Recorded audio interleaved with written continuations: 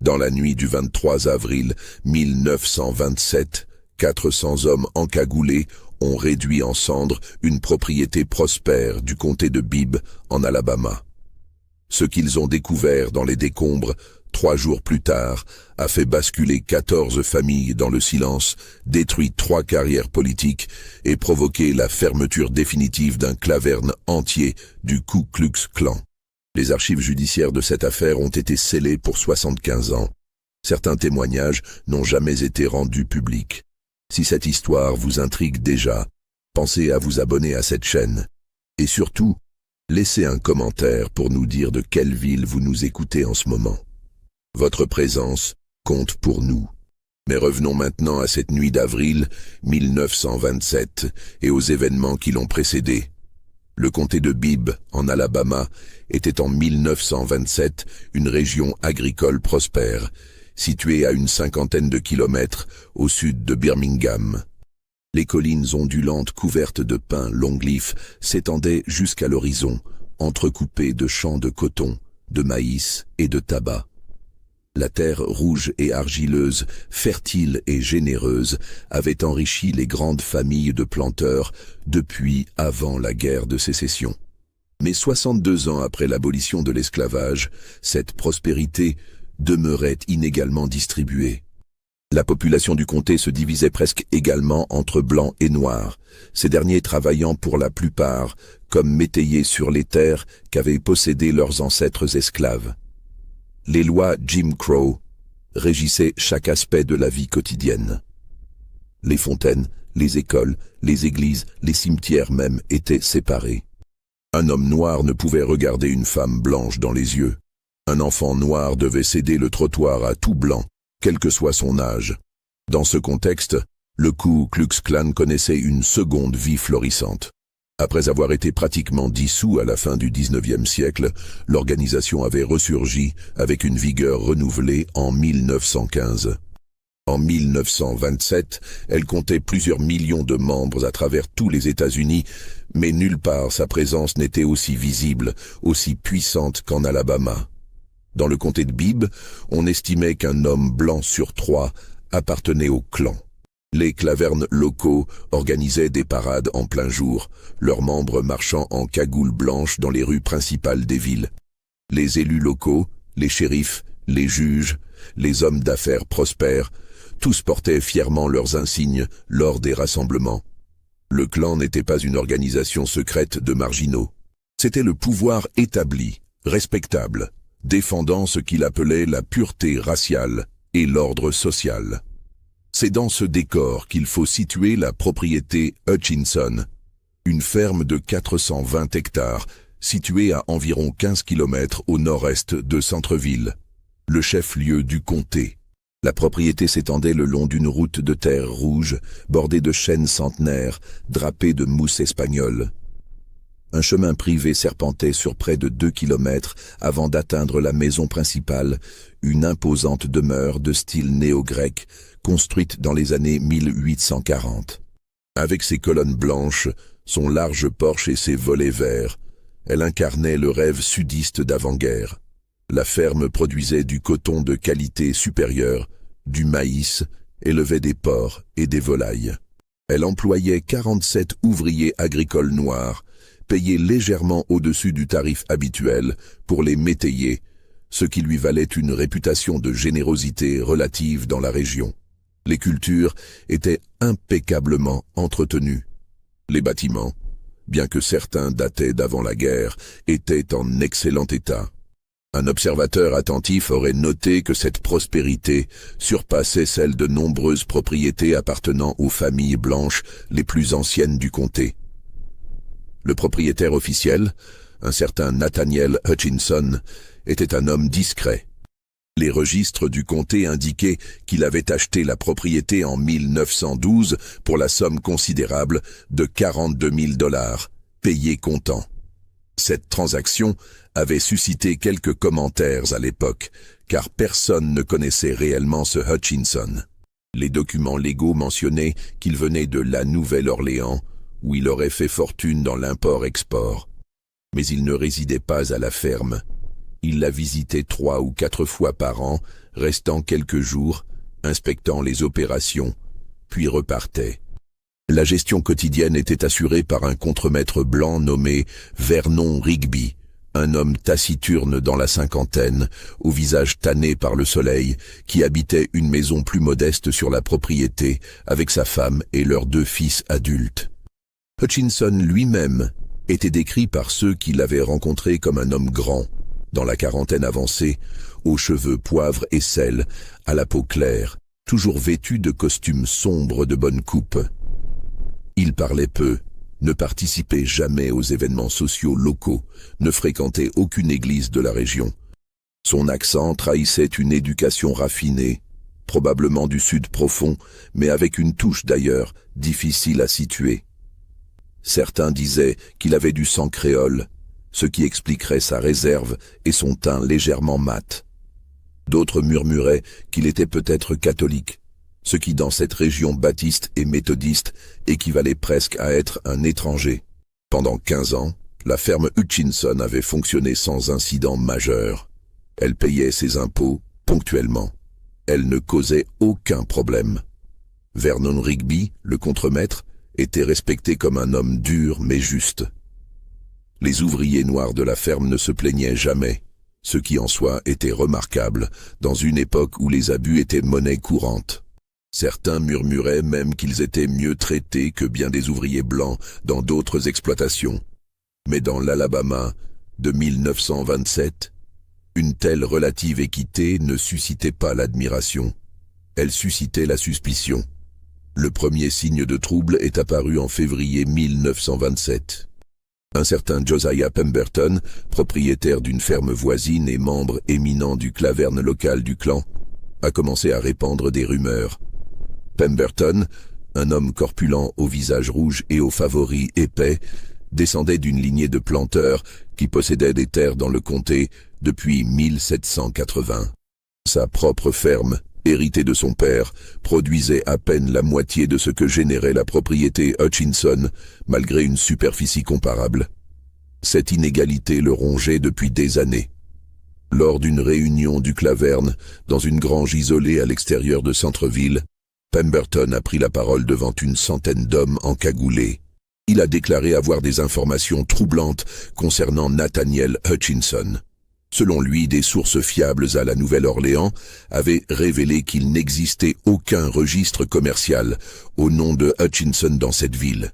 Aucune entreprise d'import-export, aucune trace de sa prétendue fortune.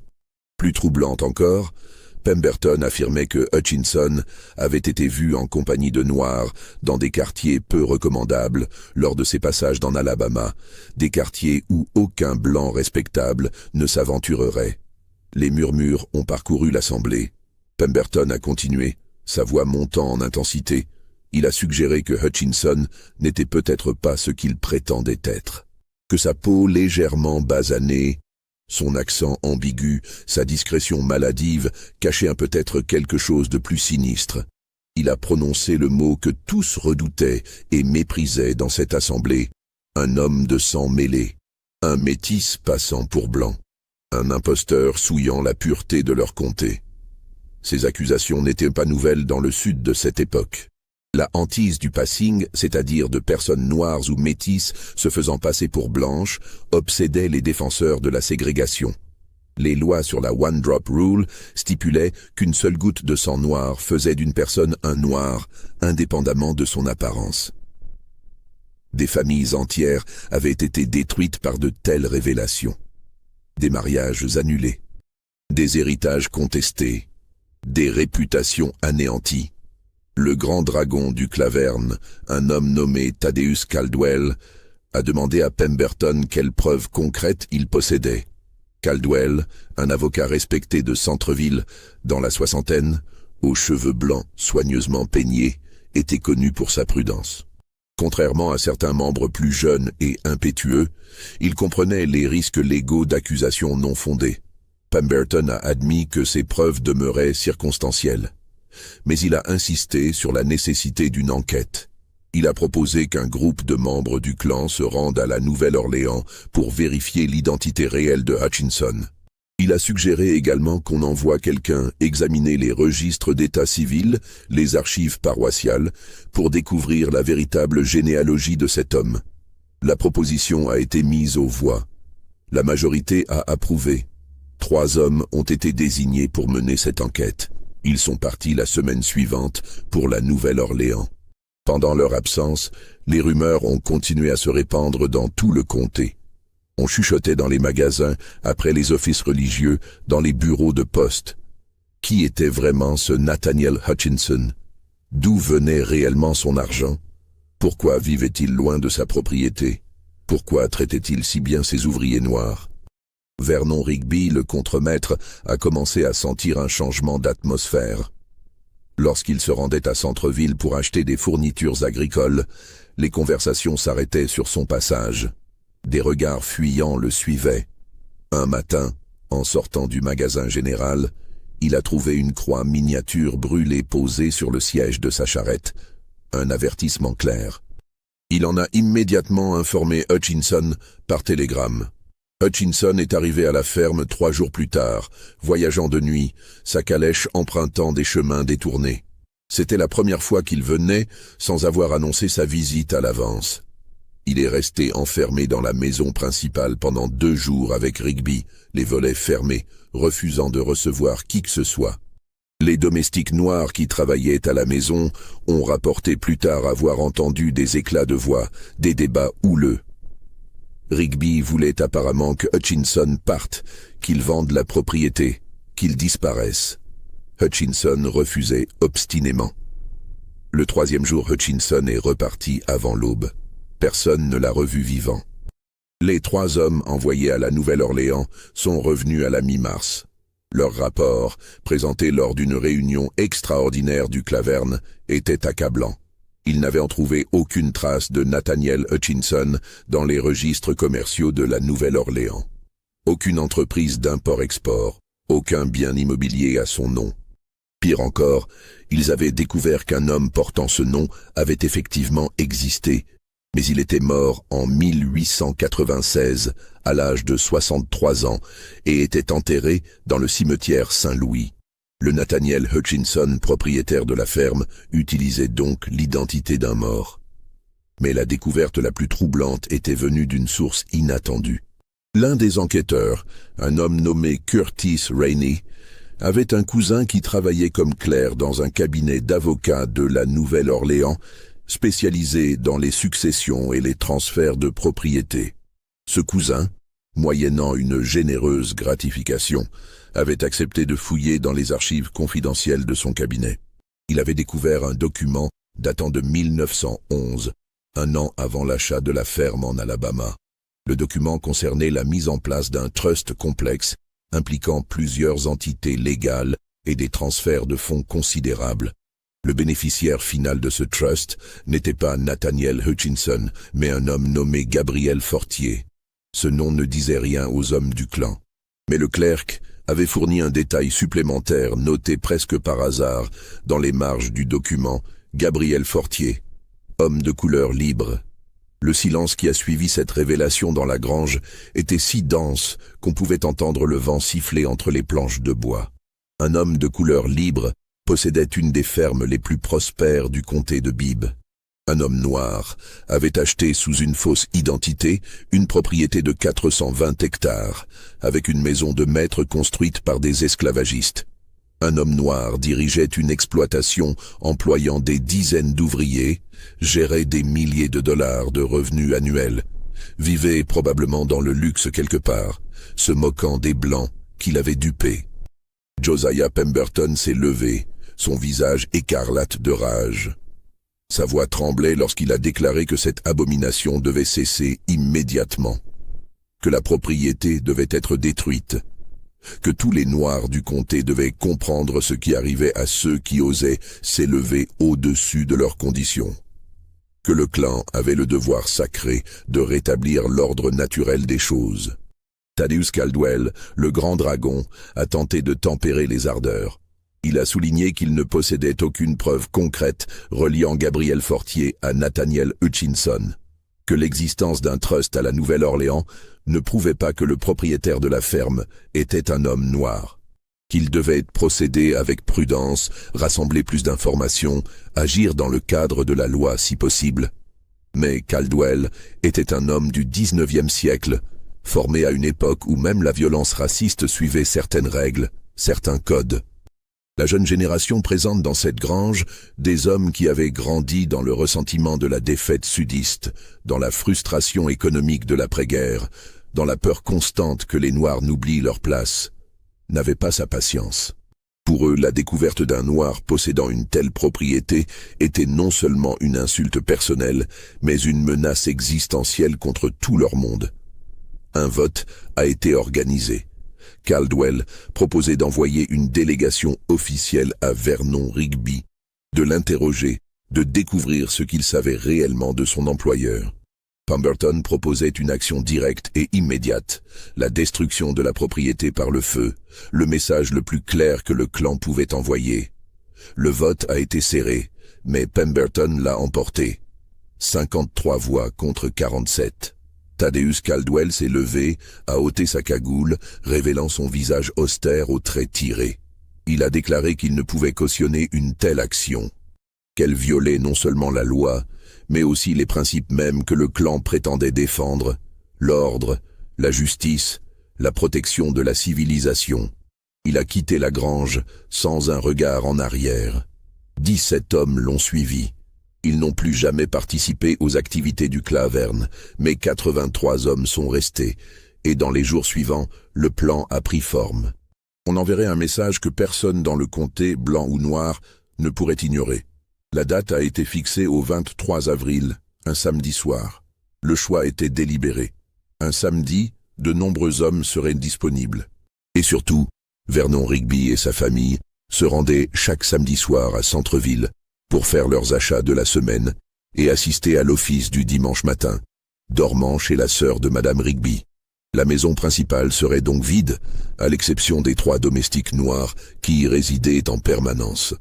Les hommes du clan ne voulaient pas de victimes blanches. Ils ne voulaient pas non plus de témoins blancs.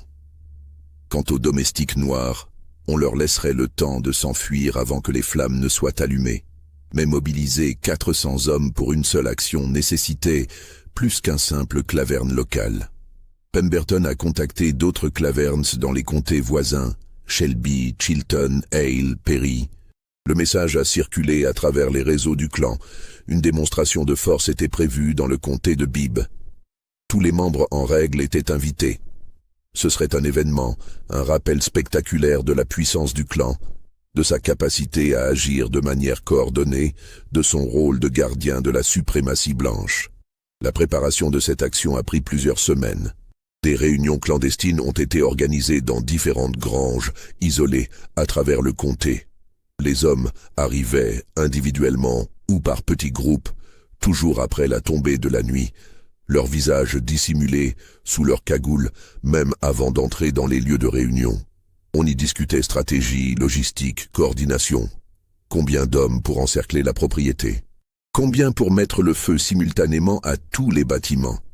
Qui apporterait le kérosène nécessaire? Qui fournirait les torches? Un plan détaillé a été élaboré.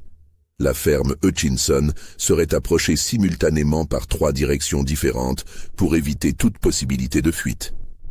Chaque groupe aurait un leader responsable de sa section. Des sentinelles seraient postées sur toutes les routes environnantes pour empêcher l'arrivée de renforts ou de témoins indésirables. L'opération entière, de l'encerclement à l'embrasement complet, ne devait pas prendre plus d'1 heure. Mais au-delà de la logistique pratique, il y avait aussi une dimension symbolique à cette action. Pemberton et ses partisans les plus zélés voulaient que cet incendie envoie un message qui résonnerait bien au-delà du comté de Bibb. Ils voulaient que les communautés noires de tout l'Alabama sachent ce qui arrivait à ceux qui osaient défier l'ordre établi. Ils voulaient que les Blancs hésitants ou sympathiques comprennent le coût de la tolérance. Ils voulaient restaurer ce qu'ils percevaient comme l'ordre naturel, menacé par les changements sociaux graduels de l'après-guerre. Car en 1927, malgré les lois Jim Crow et la violence endémique, certains changements commençaient à se profiler.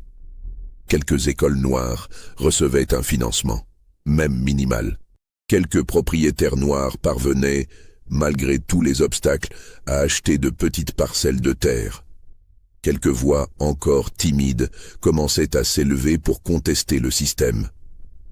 Pour les membres les plus radicaux du clan, ces signes annonçaient une apocalypse à venir.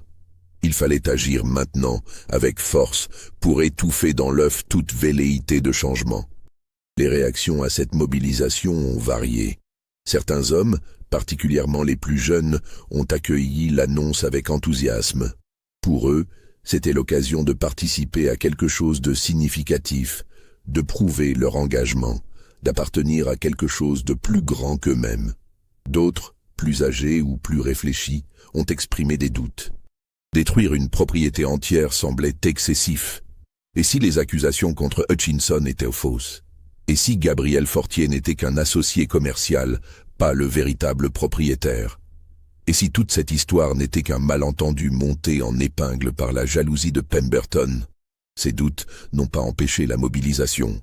Le clan fonctionnait sur un principe d'obéissance hiérarchique.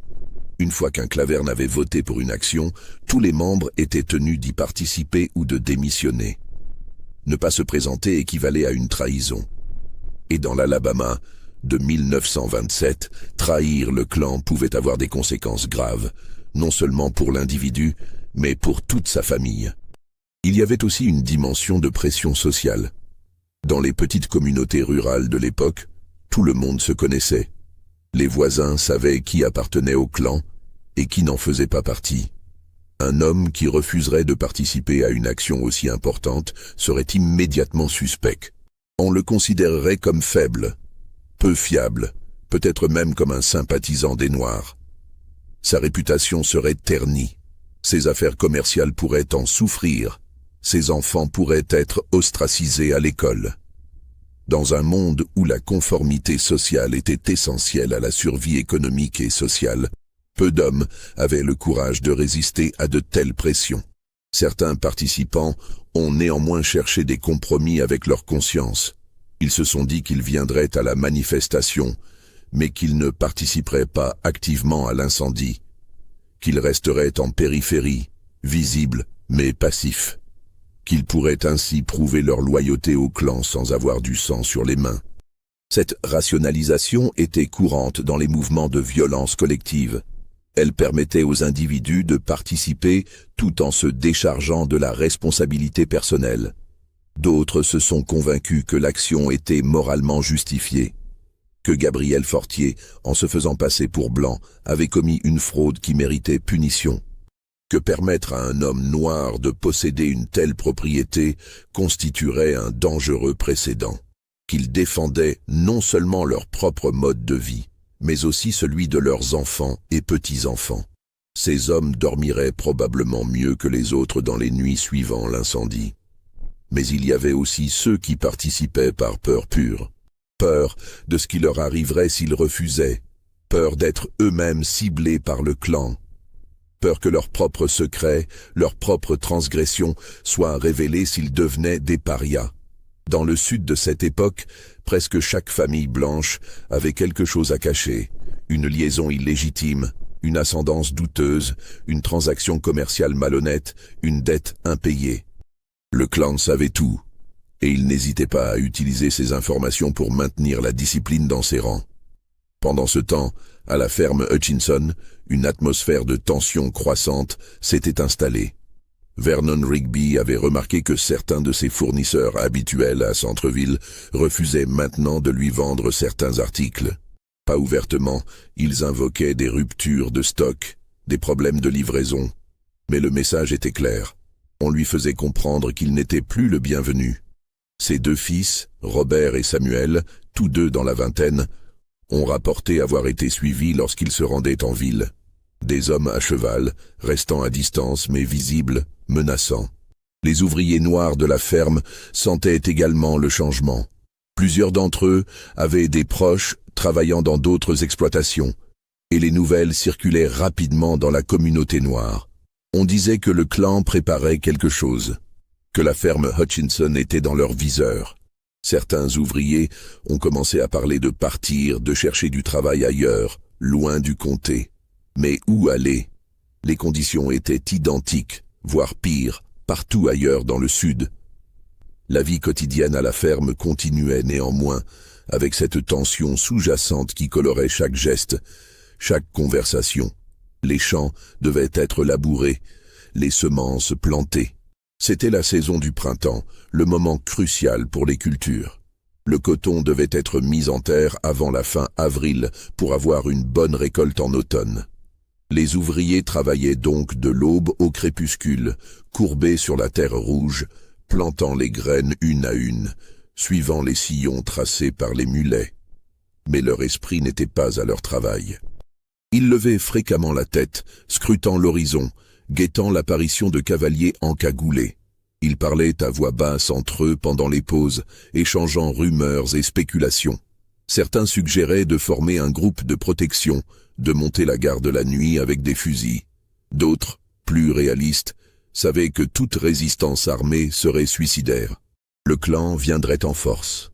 Il n'aurait aucune chance. Quelques familles noires ont commencé à cacher leurs maigres possessions les plus précieuses, enterrant des boîtes contenant des photos, des papiers importants, quelques économies, dans des endroits secrets dans les bois. Si la ferme était attaquée, si leur maison était brûlée, au moins quelque chose survivrait. Ces préparatifs se faisaient en silence, la nuit, à la lueur de lanternes tamisées. Personne n'en parlait ouvertement, comme si le fait de verbaliser la menace la rendait plus réelle. Vernon Rigby observait tout cela avec un sentiment croissant de désespoir. Il avait travaillé pendant 15 ans pour faire de cette ferme l'une des plus productives du comté. Il avait traité ses ouvriers avec respect, leur payant un salaire équitable, veillant à ce qu'ils aient des logements décents, de la nourriture suffisante, des soins médicaux quand c'était nécessaire. Et maintenant, à cause de querelles politiques et raciales qu'il ne comprenait qu'à moitié, tout cela risquait d'être détruit. Il connaissait la vérité sur Nathaniel Hutchinson. Il savait depuis le début que ce nom était un pseudonyme. Hutchinson lui-même le lui avait révélé lors de leur première rencontre en 1912, avant même de l'engager comme contremaître. Il lui avait expliqué sa situation, les raisons de sa discrétion, les dangers qu'il encourait si sa véritable identité était révélée. Il avait demandé à Rigby s'il acceptait de travailler pour lui malgré tout, en sachant ses risques. Rigby, un homme pragmatique qui ne partageait pas les préjugés les plus virulents de son époque, avait accepté. Le salaire était bon, la propriété était belle. Et Hutchinson, ou Fortier, peu importait son vrai nom, semblait être un homme honnête, intelligent, qui voulait simplement cultiver la terre de ses ancêtres sans faire de mal à personne. Quel crime y avait-il à cela? Mais Rigby comprenait maintenant qu'il avait sous-estimé la profondeur de la haine raciale dans le comté. Il avait pensé que tant que la ferme fonctionnait bien, qu'elle ne causait pas de problème, qu'elle payait ses impôts, personne ne poserait trop de questions. Il s'était trompé. La simple existence d'un homme noir prospère était perçue comme une menace existentielle par certains blancs. Et ces hommes étaient prêts à tout détruire pour éliminer cette menace. Un événement particulier a cristallisé la peur. Le 14 avril, 9 jours avant l'incendie prévu, un ouvrier noir nommé Isaiah Clemons a disparu. Isaiah travaillait à la ferme depuis 5 ans. C'était un homme tranquille, dans la trentaine, marié avec 3 enfants. Il était parti un matin réparer une clôture dans un champ éloigné et n'était jamais revenu. Sa femme, affolée, a alerté Rigby. Des recherches ont été organisées. On a retrouvé ses outils près de la clôture qu'il devait réparer. Mais aucune trace d'Isaiah. 3 jours plus tard, son corps a été découvert pendu à un arbre, à 8 kilomètres de la ferme, près d'une route peu fréquentée. Le shérif du comté, un homme nommé Walter Briggs, membre discret mais connu du clan, a conclu au suicide. Aucune enquête approfondie n'a été menée. Le corps a été rendu à la famille. Isaiah a été enterré rapidement dans le petit cimetière noir, près de l'église baptiste de la communauté. Mais tous ceux qui connaissaient Isaiah savaient qu'il ne s'était pas suicidé. C'était un homme pieux, dévoué à sa famille, sans histoire de mélancolie ou de désespoir. La communauté noire du comté a compris le message. Isaiah avait été lynché en guise d'avertissement. Travaillez pour Hutchinson, et voilà ce qui vous attend. Vernon Rigby a tenté une dernière fois de contacter Hutchinson. Il a envoyé un télégramme urgent à l'adresse de la Nouvelle-Orléans, que Hutchinson utilisait pour la correspondance. Le télégramme disait simplement « Situation critique. Votre présence requise immédiatement. Rigby. » Aucune réponse n'est venue. Rigby a alors pris une décision. Il a écrit une lettre détaillée expliquant tout ce qu'il savait, tous les événements des dernières semaines, ses craintes pour l'avenir. Il a placé cette lettre dans une enveloppe scellée, l'a cachée dans un endroit secret de la maison principale, espérant qu'elle serait découverte plus tard, qu'elle servirait de témoignage, de preuve. Le vendredi 22 avril au soir, Rigby a rassemblé sa femme et ses fils. Il leur a dit qu'ils devaient partir. Pas seulement pour leur sortie habituelle du samedi à Centreville, mais partir pour de bon. Quitter l'Alabama. Sa femme, Martha, une femme austère aux cheveux grisonnants, a protesté. C'était leur maison depuis 15 ans. Où irait-il? Rigby a refusé d'expliquer davantage. Il a simplement dit qu'il n'était plus en sécurité, que quelque chose de terrible allait arriver. Ils ont quitté la ferme le samedi matin, emportant seulement quelques affaires personnelles. Rigby a dit aux domestiques de la maison principale de prendre congé pour le week-end, de retourner chez eux. Les 3 femmes noires, déconcertées par cet ordre inhabituel, ont obéi. À midi, la grande maison était vide. Le 23 avril 1927, à la tombée de la nuit, des hommes ont commencé à converger vers un point de rassemblement situé à environ 5 kilomètres de la ferme Hutchinson. Ils arrivaient par petits groupes, à cheval, en charrette, quelques-uns dans des automobiles. Tous portaient des robes blanches et les cagoules pointues, caractéristiques du clan. Dans l'obscurité croissante, éclairés par des lanternes et des torches, ils formaient une armée spectrale. À 20 heures, environ 390 hommes s'étaient rassemblés. 10 autres arriveraient plus tard, retardés par la distance ou des obligations familiales. Josiah Pemberton, désigné comme le leader de cette opération, a grimpé sur une charrette pour s'adresser à la foule. Sa voix portait dans la nuit fraîche d'avril. Il a rappelé pourquoi ils étaient là. Pour défendre leur mode de vie, pour protéger leur famille, pour préserver la pureté de leur race et de leur terre. Il a décrit Nathaniel Hutchinson, ou plutôt Gabriel Fortier, comme un symbole de tout ce qui menaçait le Sud. Un homme qui avait menti, qui avait volé l'identité d'un blanc, qui s'était enrichi en se moquant des lois et des coutumes, qui employait des Noirs et les traitait presque comme des égaux. Si un tel homme pouvait réussir sans être puni, alors tous les fondements de leur société s'effondreraient. La foule a applaudi. Des cris ont retenti. Pemberton a alors donné ses instructions. Ils marcheraient en formation jusqu'à la ferme. Ils encercleraient tous les bâtiments. Ils s'assureraient que personne ne s'y trouvait. Puis, ils y mettraient le feu simultanément. La maison principale, les granges, les écuries, les dépendances, tout devait brûler. Mais il a insisté, pas de violence contre les personnes. S'il trouvait quelqu'un sur place, il le laisserait partir. Le clan punissait l'imposture et la transgression, pas les innocents. Cette dernière instruction a semé un certain malaise parmi certains membres. Ils savaient tous ce qui était arrivé à Isaiah Clemens. Le clan avait-il vraiment l'intention d'épargner les témoins?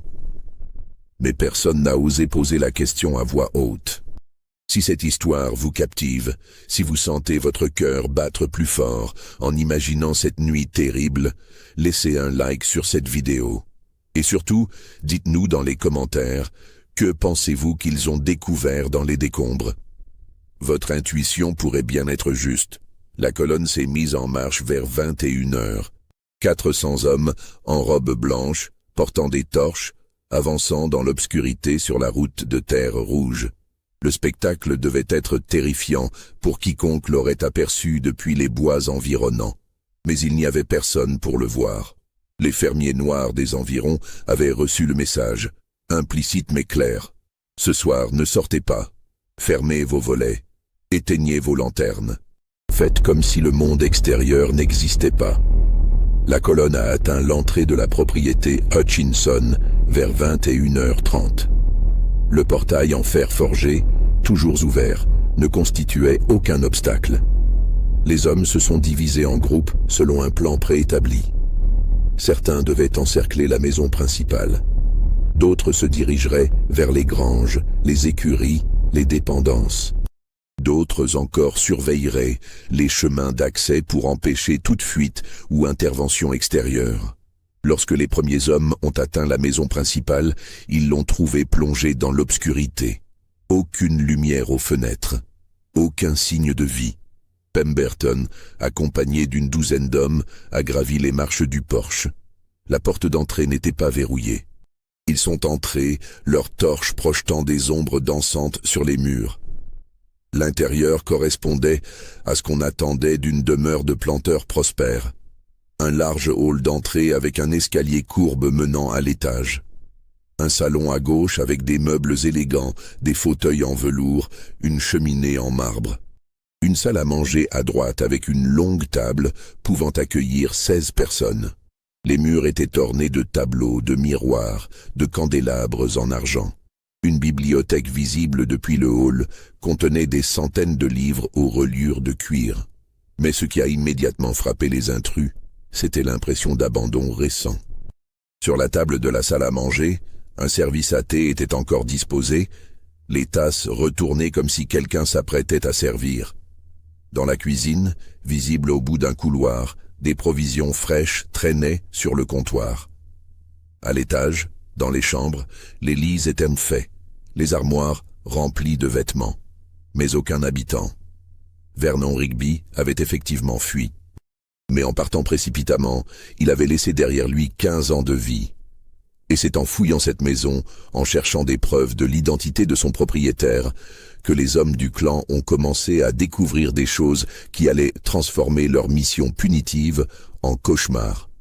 Dans le bureau principal au rez-de-chaussée, un homme a découvert un coffre-fort dissimulé derrière un tableau.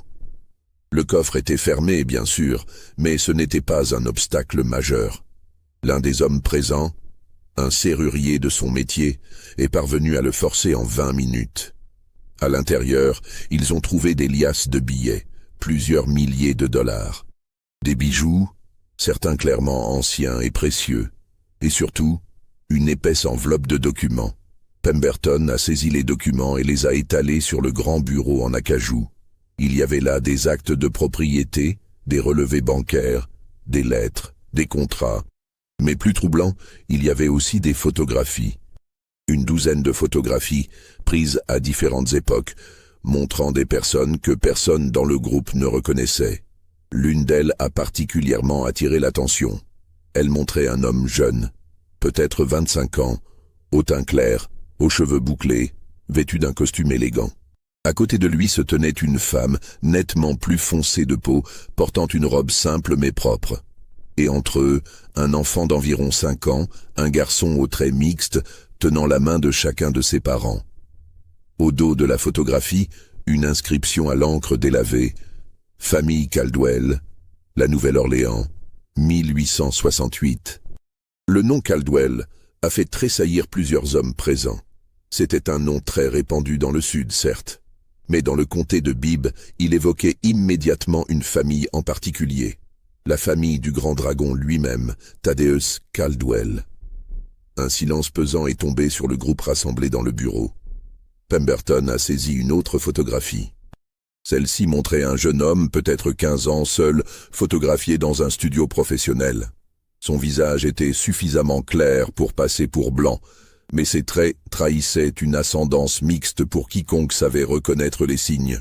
Au dos, une autre inscription, Gabriel, 1878. Pemberton a fouillé frénétiquement parmi les autres documents. Il a trouvé un certificat de naissance, visiblement ancien et partiellement endommagé. Le document indiquait qu'un enfant nommé Gabriel était né à la Nouvelle-Orléans le 15 mars 1863. Le nom du père était indiqué comme Étienne Caldwell. Le nom de la mère, Lucille Fortier, femme de couleur libre. Les pièces du puzzle commençaient à s'assembler, révélant une image que personne ne voulait voir. Étienne Caldwell. Ce nom était gravé dans l'histoire du comté de Bibb. C'était le fils aîné de Montgomery Caldwell, l'un des planteurs les plus riches d'avant la guerre, propriétaire de plus de 1000 hectares et de 300 esclaves. Étienne était né en 1840. Il avait grandi dans le luxe et le privilège. Mais en 1862, il s'était engagé dans l'armée confédérée et avait été envoyé en Louisiane. Il était mort là-bas, officiellement tué au combat en 1863. Son corps n'avait jamais été rapatrié. On avait dit qu'il avait été enterré sur place, dans un cimetière militaire près de la Nouvelle-Orléans. Mais si ce certificat de naissance était authentique, alors Étienne Caldwell n'était pas mort en 1863. Il avait survécu à la guerre. Il avait eu une relation avec une femme de couleur libre à la Nouvelle-Orléans. Et il avait eu un fils avec elle, Gabriel Fortier, Nathaniel Hutchinson. Le propriétaire de cette ferme n'était pas un imposteur quelconque. C'était le petit-fils de Montgomery Caldwell, le neveu de Thaddeus Caldwell, le grand dragon du claverne local. Un homme avec du sang Caldwell dans les veines, mais aussi du sang noir. L'un des hommes présents, un certain Marcus Tinsley, a murmuré que c'était impossible, que Thaddeus Caldwell aurait su, qu'il aurait révélé cette information, qu'il ne pouvait pas avoir caché l'existence d'un neveu métis pendant toutes ces années. Mais un autre homme, plus âgé, nommé Harold Pickett, a secoué lentement la tête. Il a rappelé que Thaddeus Caldwell avait été celui qui s'était opposé le plus fermement à l'incendie de la ferme, qu'il avait démissionné du claverne plutôt que de participer à cette action. À l'époque, on avait interprété son opposition comme de la prudence juridique, comme la réticence d'un vieil homme devant la violence. Mais peut-être connaissait-il la vérité, peut-être protégeait-il son neveu. Pemberton, le visage blême, a continué à fouiller dans les documents. Il a découvert une série de lettres datant de 1911, échangées entre Gabriel Fortier et un cabinet d'avocats de la Nouvelle-Orléans. Ces lettres discutaient de l'établissement d'un trust, de l'acquisition d'une propriété en Alabama, de la nécessité d'une discrétion absolue. L'une des lettres mentionnait explicitement « Monsieur Fortier comprend que sa sécurité et celle de sa famille dépendent du maintien de son anonymat. L'acquisition doit être effectuée sous un nom d'emprunt. Nous suggérons l'utilisation de l'identité du défunt Nathaniel Hutchinson, décédé sans héritier. » Mais la découverte la plus dévastatrice est venue d'un autre document, caché au fond du coffre. C'était une lettre manuscrite, non datée, mais dont l'encre et le papier suggéraient qu'elle avait été écrite récemment, peut-être dans les dernières semaines. L'écriture était élégante, cultivée. La lettre commençait par « Mon cher oncle Thaddeus ». Elle continuait sur plusieurs pages, racontant l'histoire complète. Comment Étienne Caldwell, grièvement blessé pendant la guerre, avait été soigné par Lucille Fortier, une femme de couleur libre qui travaillait comme infirmière. Comment il était tombé amoureux d'elle. Comment, sachant qu'il ne pourrait jamais rentrer en Alabama avec elle, il avait choisi de rester à la Nouvelle-Orléans, laissant sa famille le croire mort. Comment ils avaient eu un fils, Gabriel. Comment Étienne avait vécu le reste de sa vie sous un faux nom, travaillant discrètement dans le commerce, accumulant lentement une petite fortune. Comment, à sa mort en 1908, il avait laissé tout son argent à Gabriel avec un dernier souhait, que son fils achète une terre en Alabama, la terre de ses ancêtres, et y prospère comme lui-même n'avait jamais pu le faire. La lettre expliquait que Gabriel avait finalement contacté Thaddeus Caldwell en 1926, après avoir appris son existence par des documents laissés par son père. Il lui avait révélé la vérité. Il lui avait demandé conseil. Fallait-il continuer à se cacher? Fallait-il révéler son identité? Fallait-il revendiquer son héritage légitime? La lettre se terminait par ces mots. « Vous m'avez dit que je devais partir. Que ma présence ici, si elle était révélée, détruirait non seulement ma vie, mais aussi votre réputation et celle de toute notre famille. Vous m'avez supplié de vendre la ferme et de disparaître. Je comprends votre peur, oncle Thaddeus, mais cette terre est tout ce que j'ai de mon père. C'est tout ce qui me relie à lui, à vous, à ma famille. Je ne peux pas l'abandonner. Si je dois mourir pour défendre mon droit d'exister, alors qu'il en soit ainsi. Votre neveu dévoué, Gabriel. Le silence dans le bureau était absolu. Certains hommes avaient ôté leurs cagoules, révélant des visages pâles, choqués. D'autres se tenaient immobiles, leurs torches tremblant dans leurs mains. La réalité de ce qu'ils avaient découvert s'imposait lentement, inexorablement. Ils n'étaient même pas venus punir un imposteur quelconque. Ils avaient été manipulés par Josiah Pemberton, peut-être par jalousie, peut-être par malveillance, pour détruire la propriété d'un homme qui était techniquement plus blanc qu'eux par sa lignée. Un homme descendant de l'une des familles les plus anciennes et les plus respectées du comté. Un homme dont l'existence même révélait un secret que de nombreuses familles sudistes préféraient oublier, que le sang noir et le sang blanc s'étaient mêlés pendant des générations, dans la violence de l'esclavage, mais aussi parfois dans l'amour et le choix. Les implications de cette découverte se répandaient dans l'esprit des hommes présents, comme de l'encre renversée sur du papier buvard. Si Étienne Caldwell avait eu un fils métis, combien d'autres soldats confédérés avaient fait de même? Combien d'autres hommes blancs respectables, morts ou vivants, avaient des enfants cachés quelque part? Et plus troublant encore, combien de ces enfants avaient hérité d'un teint suffisamment clair pour passer pour blanc? Un homme nommé Clayton Hawkins, un fermier d'une quarantaine d'années du comté de Shelby, a soudainement pris la parole d'une voix rauque. Il a dit qu'il connaissait quelqu'un à Birmingham, un homme d'affaires prospère, dont on murmurait qu'il avait du sang noir mais qui le cachait, que cette personne était mariée à une femme blanche, avait des enfants qui allaient dans des écoles blanches. Est-ce que cela faisait d'eux des imposteurs aussi? Devrait-on brûler leur maison? La question a déclenché un murmure agité parmi les hommes. Un autre a mentionné une famille dans son propre comté, dont l'arrière-grand-mère était réputée avoir été une carteronne qui passait pour blanche. Leurs descendants étaient maintenant considérés comme totalement blancs, occupaient des positions respectables dans la société. Fallait-il les dénoncer, les détruire? Un troisième homme, plus vieux, avec une voix tremblante, a révélé quelque chose que personne ne s'attendait à entendre. Il a dit que son propre grand-père avait eu une liaison avec une esclave avant la guerre, que cette esclave avait eu un enfant, une fille, qui avait été vendue à une plantation en Géorgie quand elle avait 12 ans, que lui-même avait donc quelque part une grand-tante noire dont il ne saurait jamais rien. Est-ce que cela faisait de lui un homme impur? Est-ce que son sang était souillé? Le silence qui a suivi cette confession était chargé d'une tension presque insupportable. D'autres hommes ont commencé à regarder leurs voisins avec une suspicion nouvelle. Combien d'entre eux portaient des secrets similaires? Combien de familles blanches du Sud avaient des branches cachées, des parentés niées, des liens de sang qu'on préférait oublier? Pemberton a tenté de reprendre le contrôle de la situation.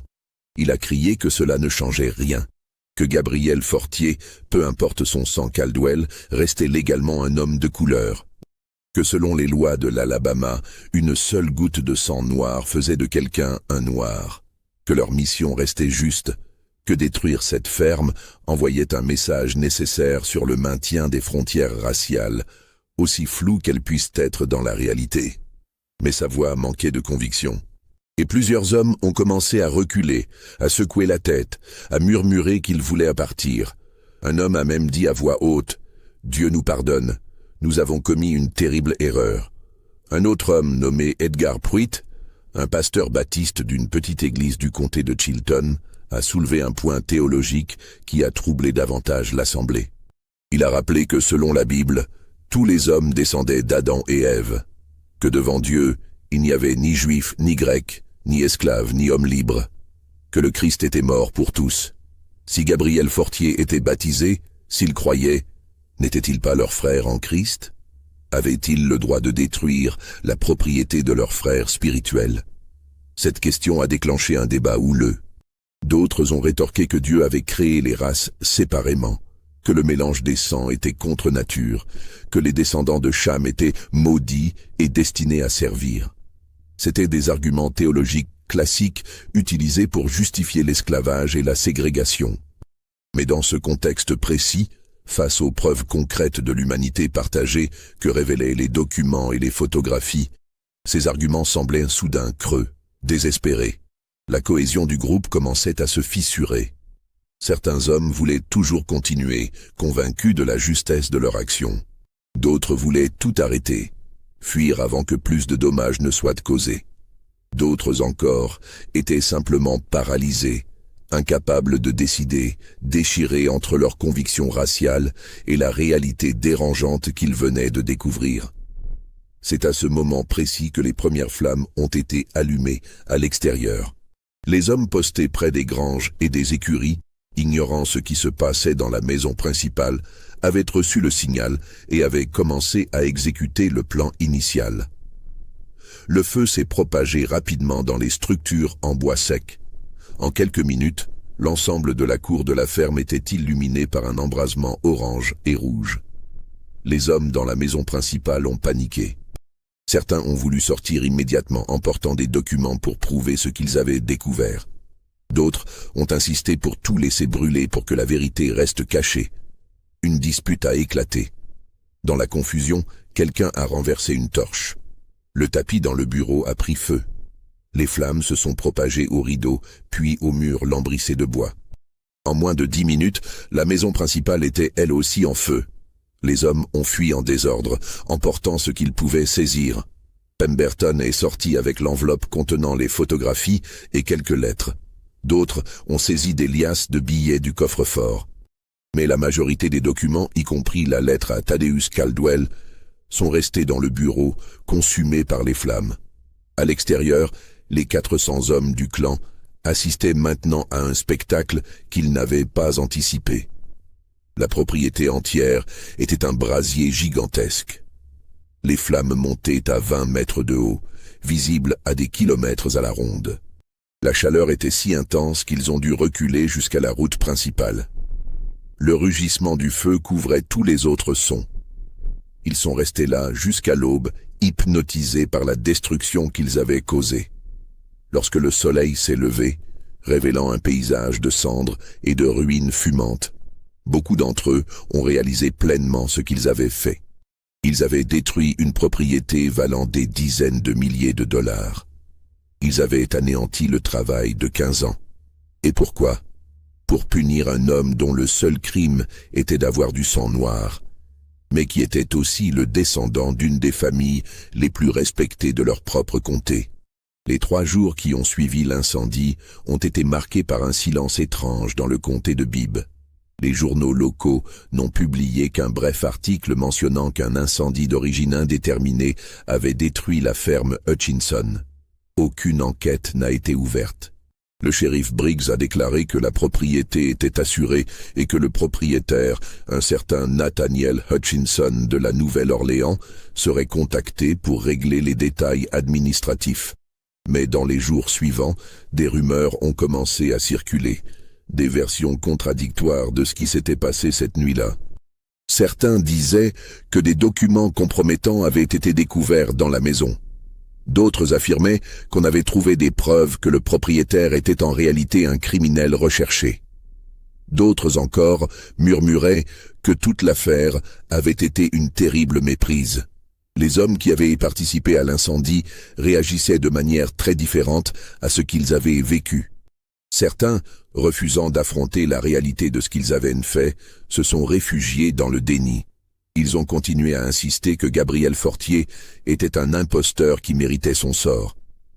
Ils ont minimisé l'importance des documents découverts, suggérant qu'ils étaient peut-être des faux, des fabrications destinées à protéger l'identité frauduleuse de Fortier.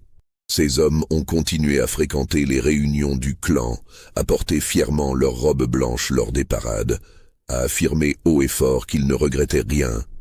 D'autres ont été écrasés par la culpabilité. Plusieurs hommes ont développé des troubles du sommeil, des cauchemars récurrents où ils revoyaient les flammes, entendaient les cris imaginaires, découvraient encore et encore ces photographies qui révélaient une humanité partagée qu'ils avaient essayé de nier. Certains se sont tournés vers l'alcool pour engourdir leur conscience.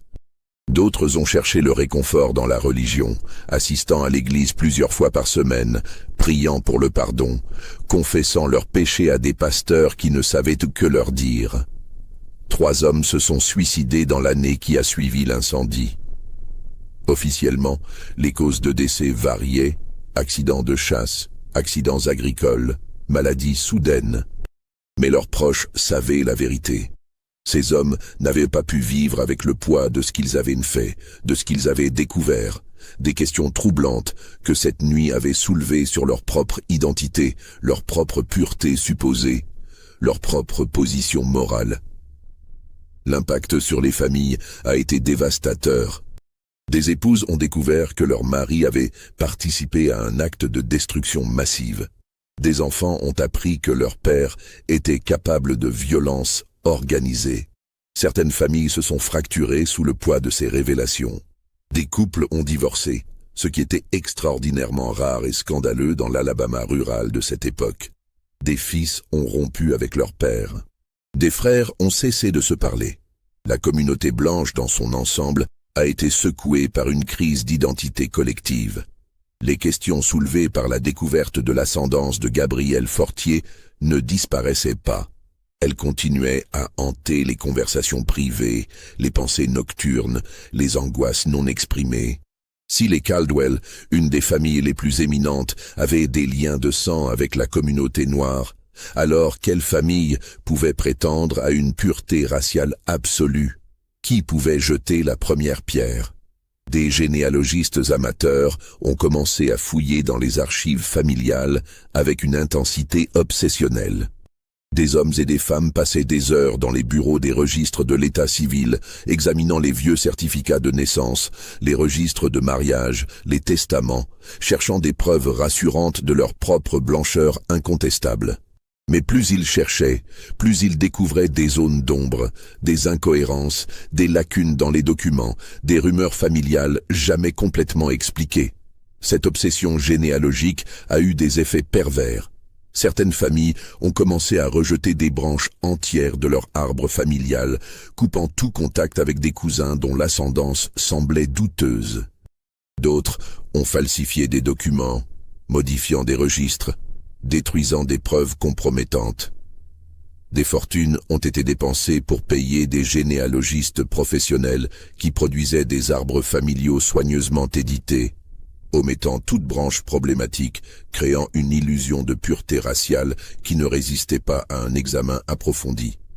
Le 27 avril, 4 jours après l'incendie, Thaddeus Caldwell est mort, officiellement d'une crise cardiaque. Il avait 64 ans et était en bonne santé apparente. Mais ceux qui l'ont vu dans ces derniers jours ont rapporté qu'il semblait brisé, vieilli de 10 ans en quelques jours. Il a été enterré avec tous les honneurs dus à un homme de sa position. Mais contrairement à la tradition, aucun membre du clan n'a assisté à ses funérailles en robe et cagoule. L'organisation était trop occupée à gérer les conséquences de l'incendie, car les conséquences étaient en train de s'étendre de manière inattendue. Plusieurs hommes présents cette nuit-là ont commencé à parler, pas publiquement, mais en privé, à leurs épouses, à leurs proches. L'histoire des documents découverts dans le coffre-fort, des photographies, de la lettre à Caldwell, a commencé à circuler. Et avec elle, une question terrible: combien d'autres familles blanches respectables du comté cachaient des secrets similaires? Combien d'héritiers illégitimes, métis, existaient quelque part, portant peut-être des noms blancs, vivant peut-être parmi eux sans qu'ils le sachent? Cette paranoïa a commencé à ronger la communauté blanche. Des familles ont commencé à fouiller dans leurs archives, à vérifier les généalogies, à poser des questions sur des parents éloignés disparus pendant la guerre ou après. Des disputes ont éclaté. Des mariages ont été remis en question. Des héritages ont été contestés. Le claverne local du clan, qui avait été l'une des organisations les plus puissantes du comté, a commencé à se désintégrer. Les hommes qui avaient participé à l'incendie se méfiaient désormais les uns des autres. Qui avait vraiment emporté des documents cette nuit-là? Qui détenait des informations compromettantes sur qui? Qui pourrait un jour révéler l'identité de tous les participants? Les réunions du clan sont devenues tendues, mal fréquentées. Là où 100 hommes se rassemblaient auparavant, on en voyait maintenant 30, puis 20, puis 10. La confiance mutuelle, essentielle au fonctionnement d'une organisation secrète, avait été brisée. Chaque membre se demandait si ses voisins encagoulés le trahiraient un jour, révéleraient son identité, l'exposeraient aux conséquences légales ou sociales de ses actes. Cette paranoïa s'est amplifiée lorsque des rumeurs ont circulé selon lesquelles le gouverneur de l'Alabama, sous pression de groupes progressistes du Nord, envisageait d'ouvrir une enquête sur l'incendie. Rien de concret ne s'est matérialisé. Le pouvoir du clan dans l'État restait trop important pour être défié ouvertement. Mais la simple possibilité d'une enquête a suffi à terroriser les participants. Certains ont brûlé leurs robes blanches, détruit leurs insignes, renié publiquement leur affiliation au clan. D'autres ont déménagé hors du comté, parfois hors de l'État, cherchant à échapper à un passé qui menaçait de les rattraper. La communauté noire du comté de Bibb a vécu ces événements avec un mélange de terreur, de tristesse et d'une étrange satisfaction. La terreur venait de la violence même de l'incendie, du message brutal qu'il envoyait. Si le clan pouvait détruire une propriété aussi importante, avec une telle impunité, alors aucun noir n'était en sécurité, quelle que soit sa réussite ou sa prudence. La tristesse venait de la perte d'un modèle. Gabriel Fortier, même caché sous une fausse identité, représentait une possibilité. La preuve qu'un homme noir intelligent et travailleur pouvait réussir malgré tous les obstacles. Sa disparition, qu'il soit mort ou qu'il ait fui, fermait cette fenêtre d'espoir. Mais il y avait aussi une satisfaction secrète, jamais exprimée ouvertement, mais bien réelle. Les Blancs qui avaient brûlé la ferme avaient découvert une vérité qui les hantait maintenant. Ils avaient appris que les lignes qu'ils traçaient si soigneusement étaient illusoires, que leur prétendue pureté raciale était un mythe, que le sang noir coulait dans les veines de certaines de leurs familles les plus respectées. Cette connaissance ne libérait pas les Noirs de l'oppression, mais elle fissura légèrement l'assurance morale absolue avec laquelle les Blancs justifiaient cette oppression. Dans les églises noires du comté, les pasteurs ont prêché sur l'histoire de Gabriel Fortier, transformant sa disparition en parabole. Ils ont comparé son sort à celui de Moïse, qui avait grandi dans le palais de Pharaon, mais était resté fidèle à son peuple. Ils ont parlé du prix de l'identité, du fardeau de porter deux mondes en soi. Ils ont rappelé que Dieu connaissait la vérité de chaque cœur, indépendamment de la couleur de la peau ou de la généalogie. Les 47 ouvriers qui travaillaient à la ferme Hutchinson se sont retrouvés sans emploi du jour au lendemain. Certains ont trouvé du travail dans d'autres exploitations, mais à des salaires inférieurs et dans de pires conditions. D'autres ont quitté le comté, rejoignant la grande migration des Noirs du sud rural vers les villes du Nord. Ils sont partis vers Chicago, Détroit, New York, cherchant non pas la prospérité, mais simplement la possibilité de vivre sans terreur constante. Parmi ces migrants se trouvait une jeune femme nommée Sarah, qui avait travaillé comme cuisinière dans la maison principale de la ferme. Elle avait 23 ans lors de l'incendie. Des décennies plus tard, dans les années 60, alors qu'elle était devenue une grand-mère vivant à Chicago, elle a donné une interview à un historien local intéressé par les récits de la Grande Migration. Dans cette interview, enregistrée sur un magnétophone maintenant conservé aux archives de l'Illinois, elle a raconté son expérience à la ferme Hutchinson. Elle a décrit Gabriel Fortier, qu'elle appelait Monsieur Nathaniel, comme un homme gentil, cultivé, qui parlait plusieurs langues et possédait une bibliothèque immense. Elle a raconté qu'il lui avait appris à lire, ce qui était extraordinaire pour une jeune femme noire de cette époque.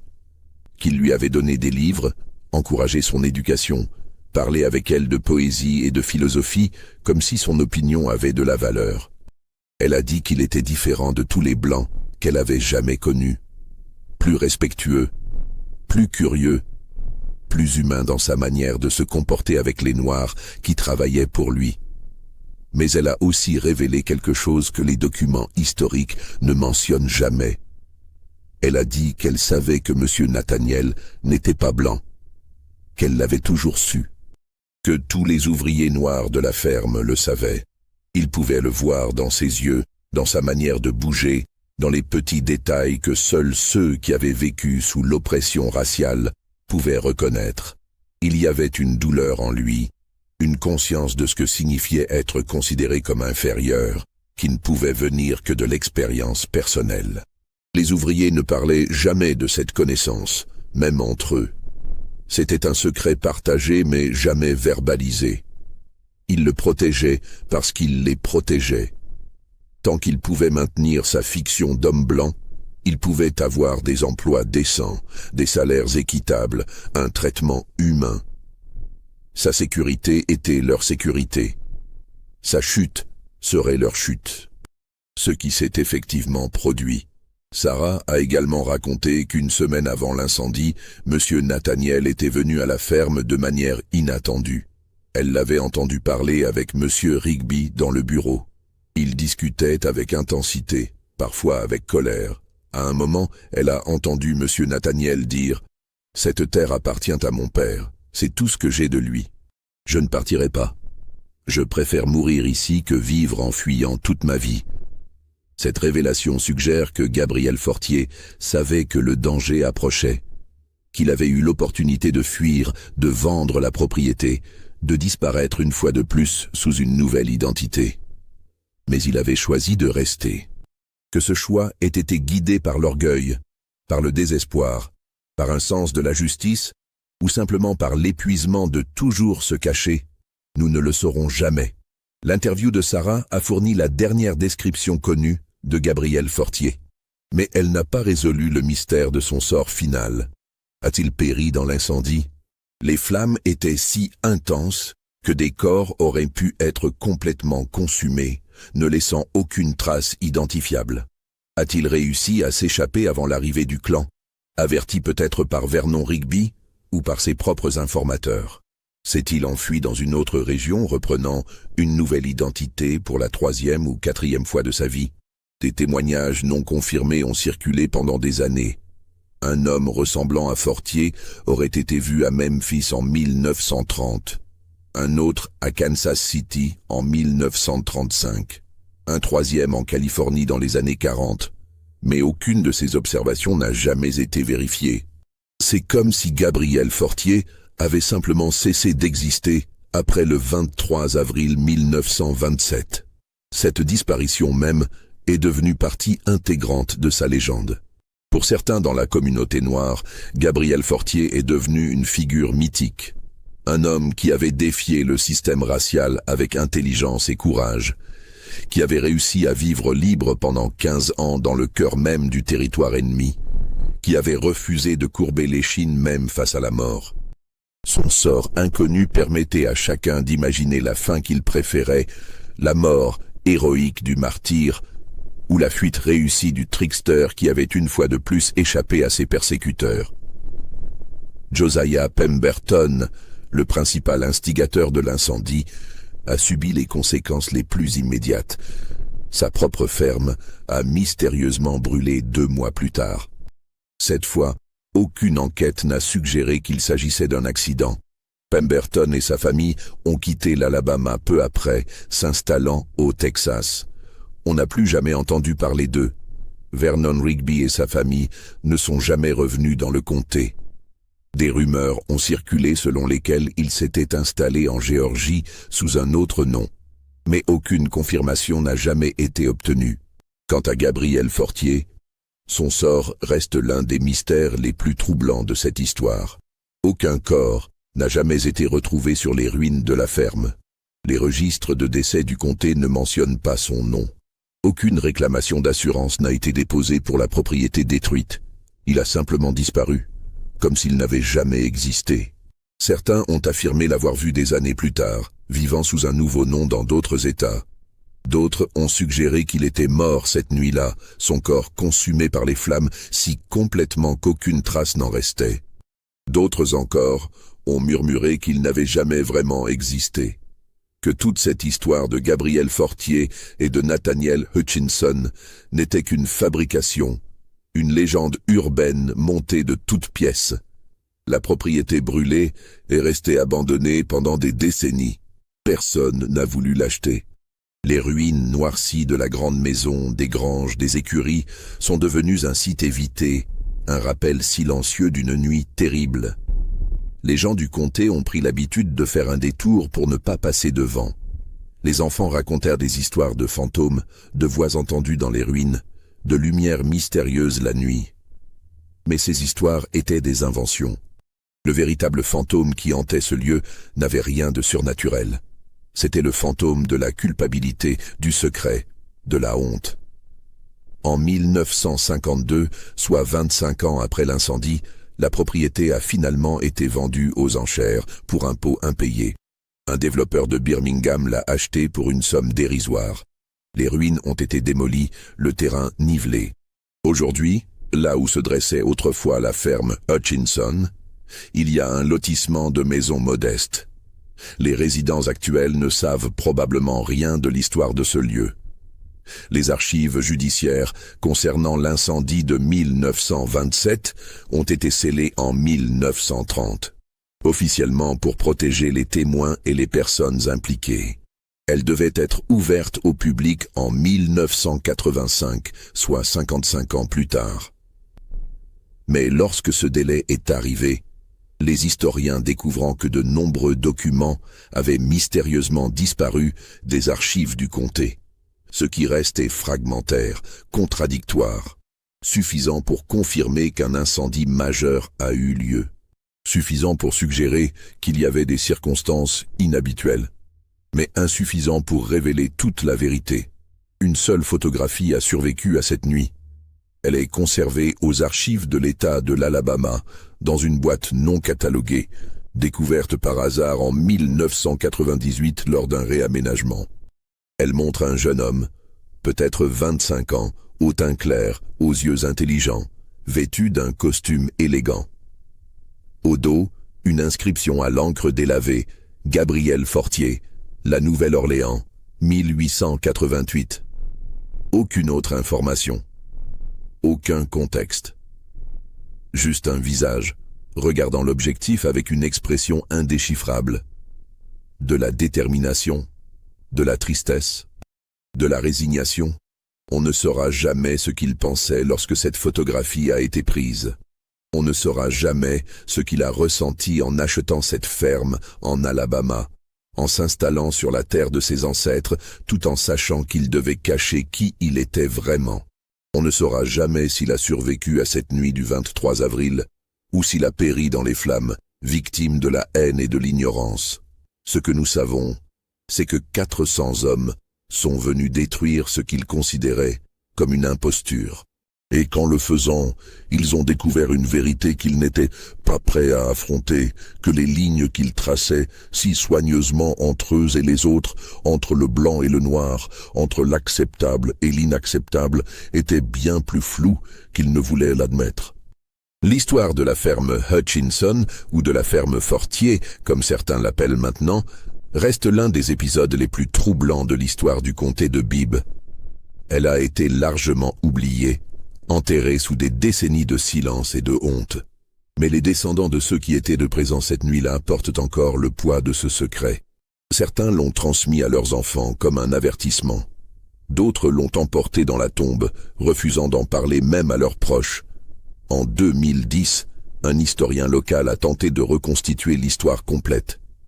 Il a interviewé des descendants, fouillé dans les archives disponibles, cherché des témoignages. Mais il s'est heurté à un mur de silence. Personne ne voulait parler. Certains ont nié que l'événement ait jamais eu lieu. D'autres ont refusé catégoriquement de répondre à ces questions. Son projet de livre n'a jamais abouti. Alors, que pensez-vous vraiment de cette histoire? Croyez-vous que tout a été révélé? Ou pensez-vous qu'il reste encore des secrets enfouis dans les cendres de cette ferme?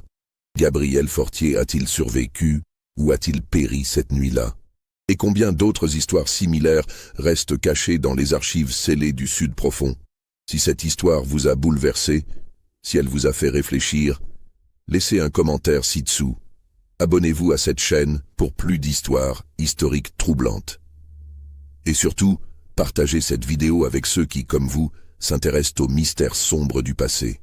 Car parfois, les histoires les plus effrayantes ne sont pas celles qui parlent de fantômes ou de malédictions.